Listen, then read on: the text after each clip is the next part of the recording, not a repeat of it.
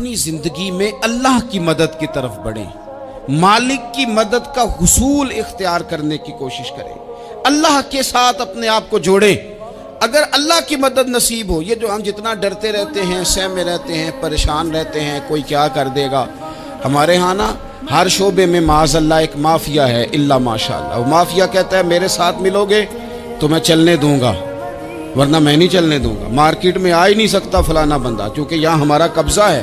اور میرے بھائی پھر بہت سارے لوگ جن کی نیتیں اور ارادے بڑے اچھے ہوتے ہیں شروع میں، وہ بھی اس مافیا کا شکار ہو جاتے ہیں اور ان کے رنگ میں رنگ جاتے ہیں۔ یاد رکھنا، کسی شخص کی بلیک میلنگ کا کبھی شکار نہ ہونا، کبھی کسی کی میٹھی اور مسجع مکفہ باتوں کا شکار نہ ہونا۔ کوئی کیا کر سکتا ہے اگر اللہ مددگار ہو تو؟ جس کو رب کریم اٹھانا چاہے اسے کوئی گرا سکتا ہے؟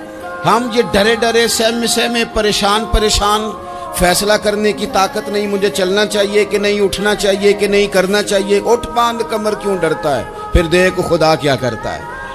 حضرت عبداللہ ابن عباس فرماتے ہیں میرے نبی پاک علیہ السلام نے میری تربیت فرمائی، حضور نے میری تربیت فرمائی، اور محبوب پاک علیہ السلام نے فرمایا عبداللہ یاد رکھنا، یہ نوجوان دوست میری بات لکھ لیں، پریشان لوگ میری بات لکھ لیں، جن کے پاس قوت فیصلہ نہیں وہ اس بات کو لکھ لیں۔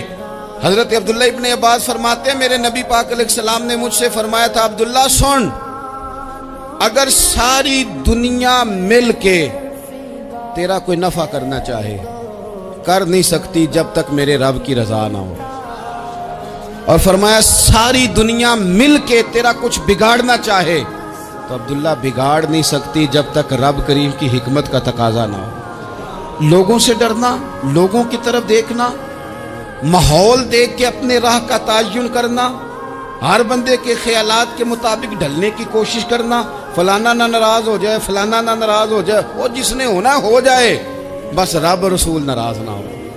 اپنی زندگی میں اپنے مالک کو مولا جان کے، بل اللہ مولاکم، اللہ تمہارا مولا ہے، وَهُوَ خَيْرُ النَّاصِرِينَ، وہ بہترین مددگار ہے۔ توجہ جب بھی کریں رب کی جانب کریں، اپنے دل کا قبلہ درست رکھیں، سوچوں کے زاویے سیدھے رکھیں۔ میرے بھائی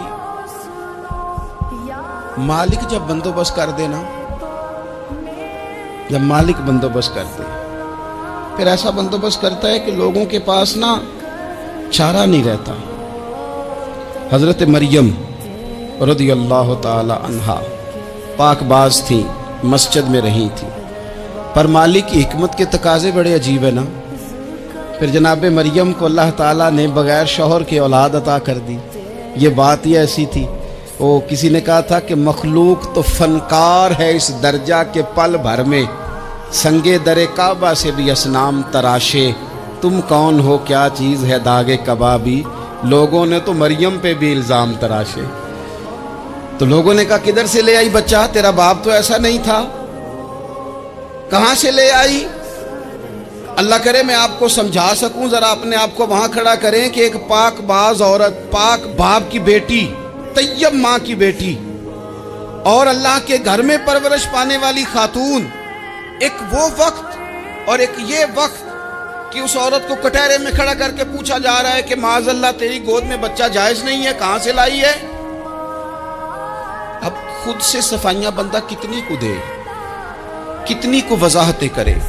اور میں نے تو اپنی زندگی میں دیکھا ہے زیادہ وضاحت دینے والے کو بھی لوگ جھوٹا سمجھنے لگ جاتے ہیں، زیادہ وضاحت دینے پر بھی لوگ کمزوری کا اظہار سمجھتے ہیں کہ کمزور پڑ گیا۔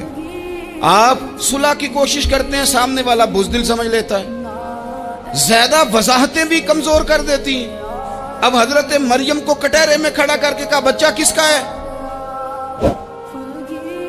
تو پھر خدا بندوبست جب کرے، اللہ جب مددگار ہو، تو پھر حضرت مریم کی گواہی درختوں سے نہیں دلوائی، اس نے پتوں سے نہیں دلوائی، پھر فرشتے نہیں بھیجے۔ حضرت مریم کہنے لگی مجھ سے نہ پوچھو، وہ جو پنگوڑے میں ہے اسی سے پوچھ لو، ان سے پوچھو نا، وہ کون ہے پوچھ لو، ان سے کر لو سوال۔